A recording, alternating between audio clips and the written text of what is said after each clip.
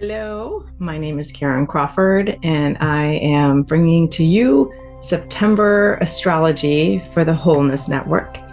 So, welcome. I'm going to go ahead and share my screen so you can see my slides.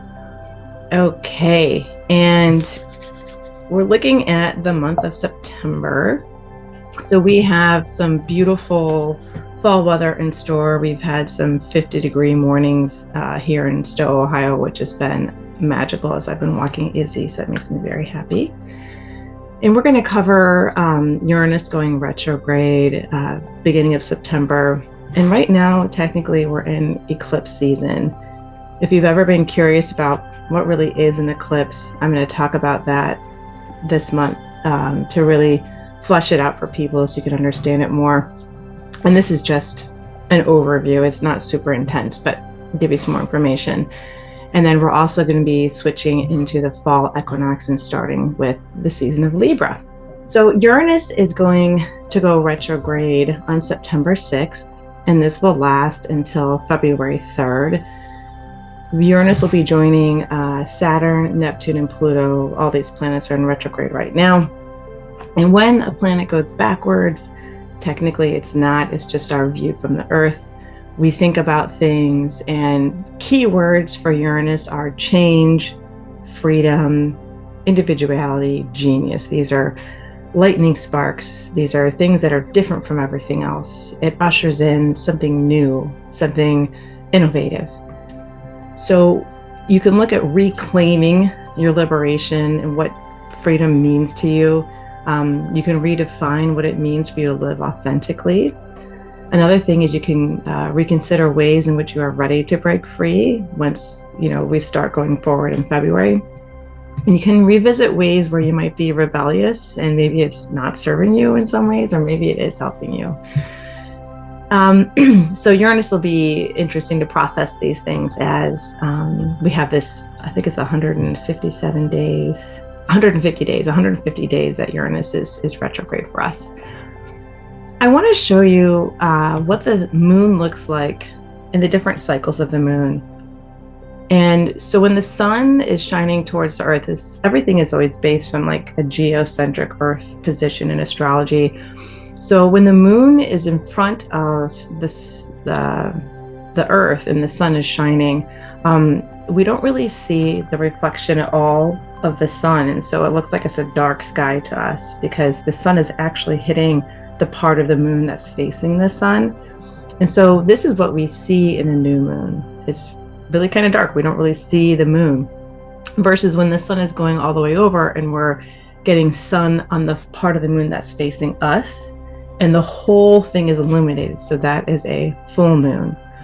To get to that point, we have the sextile, we have the square, we have the trine, and then we have it's called opening cycles and closing cycles. The moon is growing in light, it's fading in light. And these are all important cycles that even just correlate with us and how aspects present in our lives.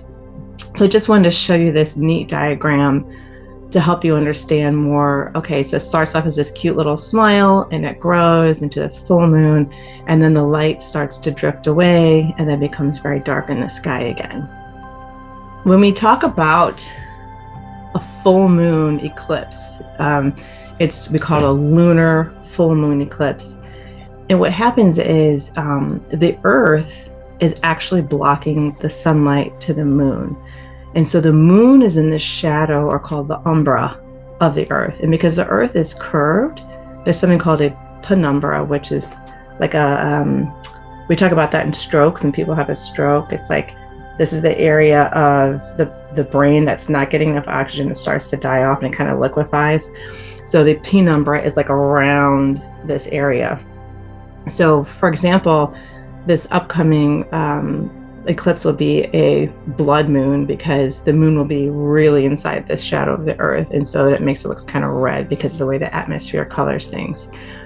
When we have a lunar full moon eclipse, it affects our night side because the moon corresponds with like intuition, our subconscious, our emotions, and potentially our habits and our instincts. So whenever the full moon is within 13 degrees of a node, That's when we can look for an eclipse with the moon. And I'm going to talk about the nodes coming up, so hang tight. A total eclipse is when the degree between the sun and the moon is either 0 degrees up to 3 degrees 45 minutes. And so that's what's been coming up and best seen in Australia and Asia. And I'm going to show you a map later in the slideshow. So what is a node? You hear people talk about a lot of the evolutionary astrologers, that's what they really study and illuminate. This is the sun's path, apparent path around the earth, because we know the earth orbits around the sun. But again, from a geocentric earth perspective, we're looking at the sun as if it were to go around us. But the moon also orbits us. It's like a satellite. So we see these two bodies, these luminaries for earthlings. And what happens is there's a 5-degree tilt.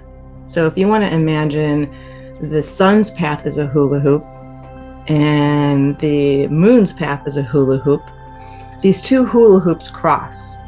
And when they cross and the moon's path goes superior to it, it's called the north node because it's ascending. And then when it crosses and the moon's path goes beneath or inferior to, it's called the south node. So it's like descending. In traditional astrology, we say something is ascending or increasing if it's next to the north node, and if it's next to the south node, it's decreasing or descending. The ancients called it the head of the dragon and the tail of the dragon because it looked like sometimes the dragon would eat its own tail because like the sky would get dark if you had like a full total eclipse. Every 18 months or so, the nodes will change signs, and it takes about 18.5 years for the nodes to go completely back to where they start from. And there's just amazing geometry. This is a little simpler of a diagram where you can see the sun's apparent path around the earth, the moon's orbit, and how they cross because they're just offset. And so that's why we have eclipses, because of the distance of the heavenly bodies and how there's this tilt. And it's really quite amazing if you think about it. When we look at the north node, it's like a door is opening in during an eclipse and bringing in something. I've heard people describe it as arrivals at the airport. It's bringing something towards you which you can embrace. And it's kind of where we're looking towards the future. The south node is more about what's departing, what's being ushered out, things moving away or letting go of things that just don't serve us anymore. So it's kind of letting go of the past. Right now, the nodes are in Virgo and Pisces. So the south node is in Virgo. And the south node has gifts and challenges like every sign does. And so in the south node, the shadow part of it is overthinking things, being perfectionistic, overly critical, being a workaholic, having to control everything. The gift is creating order out of chaos. It's logic and patterns. It's amazing discernment and level attention to details. And in astrology, there's a lot of polarity. So opposite Virgo, we have Pisces. And so the north node is what we want to kind of grow towards. And it's like the medicine. They're each medicine for each other. The north node in Pisces, the high road of that is embracing compassion, stepping into spirituality, embracing intuition, moving with the flow, healing, dreaminess. The shadow of Pisces is this really real? And kind of having this feeling of like illusionment, disillusionment, things like that, not having good boundaries, wanting to escape things and being in denial because you don't want to confront things. All right, and let's see here. Let me bring up this particular lunar eclipse. This is happening on September 7th, and I'll show you the date and times because it's not really going to be for us in the States as well as easily seen at this time. But so we can see that the sun and the moon are exactly opposite. And the nodes are only, just under 3 degrees away. So that's why we're going to see that really blood red moon, because the nodes are so close to the luminaries. And in this lunar eclipse, Jupiter is kind of like the ruler of this eclipse because Pisces is next to the south node here, and it's a lunar eclipse. So Jupiter is kind of the ruler. And what's nice is we see a pretty little trine here between Jupiter and the moon. And so I feel like this brings an expansion because Jupiter is the great expander. Saturn's kind of the contractor. Are you sure you can do this? Jupiter is, of course I can, and watch me. It's going to be amazing. So there's a lot of faith, releasing limiting patterns, creativity. So as a full moon eclipse, you can ask yourself, what feels like it's done in your life? What are you ready to let go of or move away from? Are you happy with what you've been working on? And in the sign of Pisces, we can look at too, is like, are there, in like the Pisces Virgo axis, how am I bringing my spiritual life into concrete manifestation? Because Virgo has this amazing work ethic, and Pisces has this dreaminess. So it's when we bring these two together and have this integration, it's like I can fold my laundry and have enlightenment, the chop wood, carry water thing.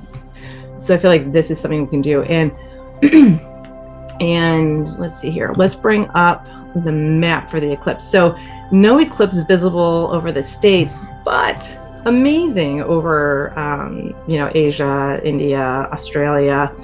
And then we have the time. So from Europe, if you're in Berlin, Vienna, Budapest, these are some of the times you can see it the best. And then moving more into Asia, and then some of the southern hemisphere areas here. So this is really cool for that area of the world. This is demonstrating a solar new moon eclipse. So here's the sun, and the moon blocks some of the sun's light to the earth, and it makes a shadow. And this affects our day side. So it's our consciousness, our conscious actions, thoughts and free wills that we make, choices we make. And if the lunar node is within 18 degrees of the new moon, then we will say there's an eclipse. Up to 10 degrees is considered closer.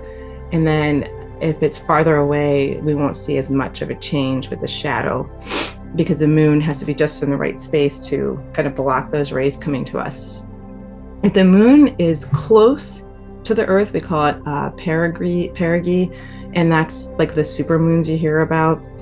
If it's farther away, we call it apogee, because it's a bigger distances. So you're not gonna, if the moon's farther away, it's not gonna be able to block as much of the light for us because it's the distance of the shadow.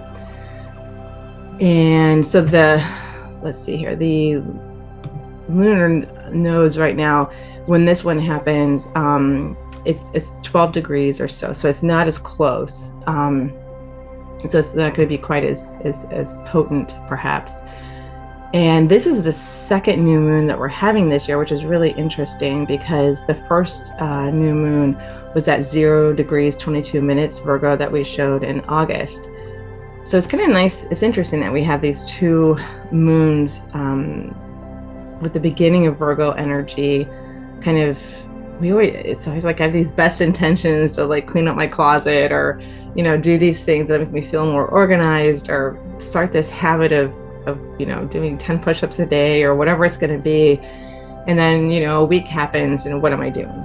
Like, have I really embraced it? So it's nice to have another shot at this.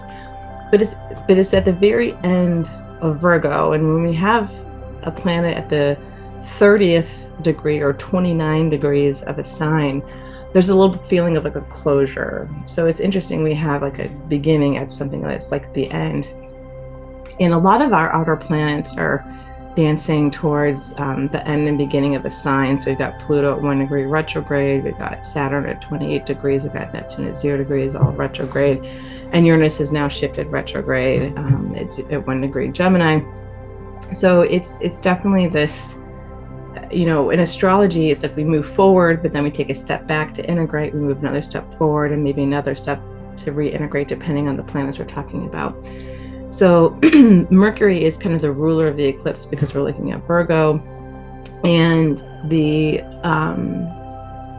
and it talks about communication, perception, and it's directly opposite. This eclipse is directly opposite Saturn and Neptune. And so Saturn and Neptune have been interesting factors, recently, just with the fact that they're dancing between these two signs and they're going to be dancing together in 2026. So that's really interesting too.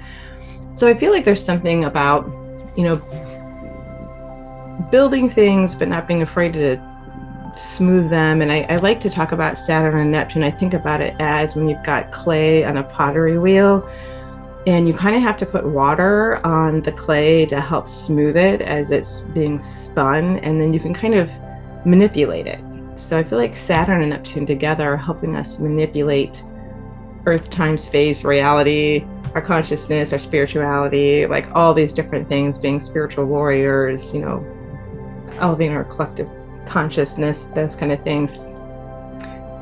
So see how eclipses are interesting. I was walking my dog up these steps to our neighborhood from the trail, and eclipses are like this. I'm walking up the steps, and usually Izzy, my dog, goes first, but she was behind me. And I was thinking to myself, oh, Izzy's usually in front. And I tripped. And so I was walking up the steps, and the next thing I know, I'm like falling forward, which is really awkward. How do you fall walking forward? But I did, on the side of the trail. And she just looked at me like, why are you sitting there? Get up. Eclipses are kind of like that. Something really surprising often happens during the eclipse season, which is about a week or two before the eclipse and then after. So it's about 30, I think they say like 35, 36 days in totality of this season, where it's like the lights are going to turn off. What's different when they turn back on? Because it's this magical reset change that we can have. So see what happens. I also want to remind you the fall equinox is September 22nd, 2025. And because we use a tropical Western astrology, it's the start of Libra season. And it's when the days and nights are equal. So you know what this means? It's like we're tilting towards winter in the Northern Hemisphere, and our Southern Hemisphere buddies are like, yay, we're going to move towards spring and summer. So they're probably celebrating. And I love trees and how they start to realize that the winter is coming and they can no longer have the leaves and support them all. So they kind of bring in the last bits of the sugar, and then the leaves change and they drop. And so the tree kind of goes in this hibernation period. And so we're going to be starting this too, right? And we're going to be going within, and that's what wintertime's about. And we'll talk about Libra season for the next update. So I want to thank you for listening, and I hope you have a wonderful September and enjoy whatever season you're experiencing right now, both externally and internally. And I appreciate your attention, and I hope you have an amazing month. So we'll see you later. Take care.